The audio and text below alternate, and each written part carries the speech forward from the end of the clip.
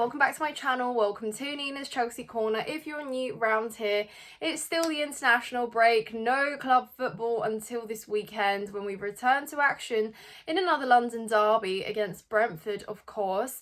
But until then, we still have something to talk about and keep ourselves entertained with, and that is of course a story that you probably would have already seen about Nicolas Jackson, where Bayern Munich's Uli Hoeneß, I believe is how you say his name, has come out and said that there was never really an agreement from their side of things that they would be offering a permanent contract at the end of his loan move, which we have also come to understand is 13.5 million, with 3.5 million paid by Nicolas Jackson and his agent. So they're contributing their own finances to facilitate this loan fee, which is interesting in itself. But then of course, when initially the whole deal was underway, it did seem that of course with the loan fee there was a buy-on clause there that wasn't mandatory, but then there was a new element that was added to it, and I guess today we find out that element is that apparently it would be if he was to start 40 games, or from the start participate in 40 games or something like that, which is insane. First of all, I don't really know who is probably feeling like the biggest fool in this whole saga. It is quite funny to me actually though, because I feel like Nicolas Jackson definitely got really excited with the whole thing. He was really quick to say his goodbyes and talk about Chelsea in the past, and now it is apparent that he is going to return to us at some point. And it's, yeah, a very, very interesting unfold of the whole process. And I mean, when I last filmed my match review against Fulham, I basically had read 10 minutes prior to that Nicolas Jackson was getting called up to stop the loan move altogether, because we don't have three options there. Liam Delap got injured against Fulham, so that meant that we would only have João Pedro and Jackson potentially. With him going away means that it's just João Pedro, and potentially playing like someone like Tyrick George, who we now know isn't in the picture. So yeah, leaves us a bit thin on the ground. So I thought it was quite sensible actually to call Nicolas Jackson back in this situation, but that is really not how things have played out. So it's insane how much has happened in a week with that deal. I think Jackson spoke, you know, in a way where he was pretty much ready to move on and had left Chelsea as a chapter from the past, and now he was ready to move on to a different point in his career, but that has obviously not been, like, I guess, what he imagined. So they're going to have a lot to think about there. A lot of Chelsea fans perhaps feel like we have been made fools of in this situation. Others are worried about how we potentially raise a fee there to get the money back, or make a profit on Nicolas Jackson, and how we actually do that.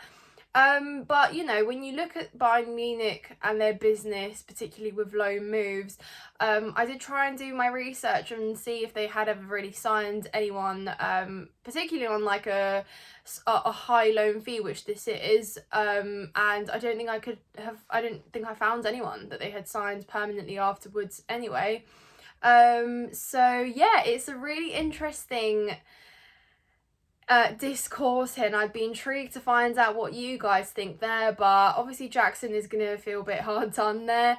A lot of people have really put it into perspective now and said, well, 40 games is insane because obviously the Bundesliga has already started. They play 34 games. Jackson is obviously going to go away to AFCON as well, so that takes away more opportunity there for game time. Harry Kane is there and he's fit at the moment. So yeah, it really begs the question, how on earth is that going to happen? And Uli said himself it's not going to happen, so they already know that. So it's really, really interesting, and I'm not too sure what kind of game time Jackson will get in the first place. Obviously, I always said when he arrived that he had potential, and I think Chelsea really wanted him to be the it guy, because we never actually signed anyone else to support him or even compete with him. He was almost meant to be that kind of guy from the get-go, when he'd only had half a season scoring goals and, yeah, potentially evolving and developing in La Liga. So him coming into Chelsea, he was very raw. I think it's not to go unnoticed that he did do quite well in his output. He scored goals for us, his link-up play was good. Maybe at times, and I have always said, my biggest problem with Nicolas Jackson has been his conversion rate, because I've always thought very, very poor, and he never really was the guy to score big goals in terms of like game deciding sort of, yeah, like in the knockouts there was so many opportunities that he fluffed that could have won us a game, put us into a final. There were games where, you know, you're scoring the winner and it's a moment about either walking away with all 3 points or just one, and those are the moments that he always just really under-delivered in. So from that side of things, he was quite underwhelming. But at the same time, I feel like the environment he came into with how much had changed and what was going on, yeah, I think Nicolas Jackson did a decent job, but again, not the polished striker.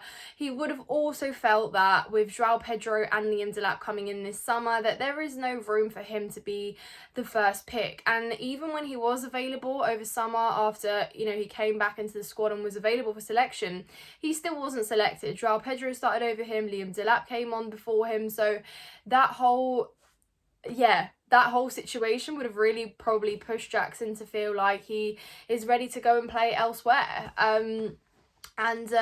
So a lot of people think that, you know, the options there are now quite thin on the ground, and you ask yourself, is this enough to compete for the rest of the season when you're in the Champions League, when you're in the Premier League, and you need consistency when you're going to be playing in domestic tournaments, etc. So yeah, we'll have to see how that plays out. Obviously Liam Delap hopefully is going to be back sooner rather than later, because we do really need him.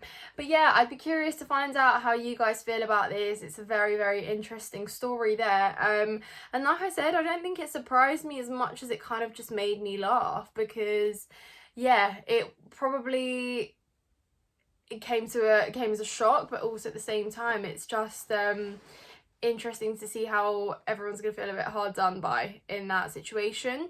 However, I think, you know, with Jackson, I don't really worry as much, because I genuinely think that we could still find a move for him when he gets back. Hopefully he does still get some game time in at Bayern there as well, because again, that's just gonna be part of what fee we can demand for him or sell him on for. Or are we just going to keep loaning him out? What are we going to do? What do you guys think we're going to do? But yeah, it will be interesting. We'll find out what happens. But yeah, guys, I hope you've enjoyed this video. Please hit the like button if you haven't, subscribed to Nina's Chelsea Corner if you haven't done so already. I do also want to share some personal news and let you know that I will be a bit MIA this week, because I am getting my wisdom tooth out, which is really fun. Let me know if you guys have had your wisdom teeth out. But yeah, no, I think I'll be quite swollen, recovering. I'm not too sure if I'll be able to really speak normally in a video. So yeah, but my goal is to be back for you guys this weekend when we play Brentford away. So yeah, fingers crossed for that. Hope you guys take care of yourselves.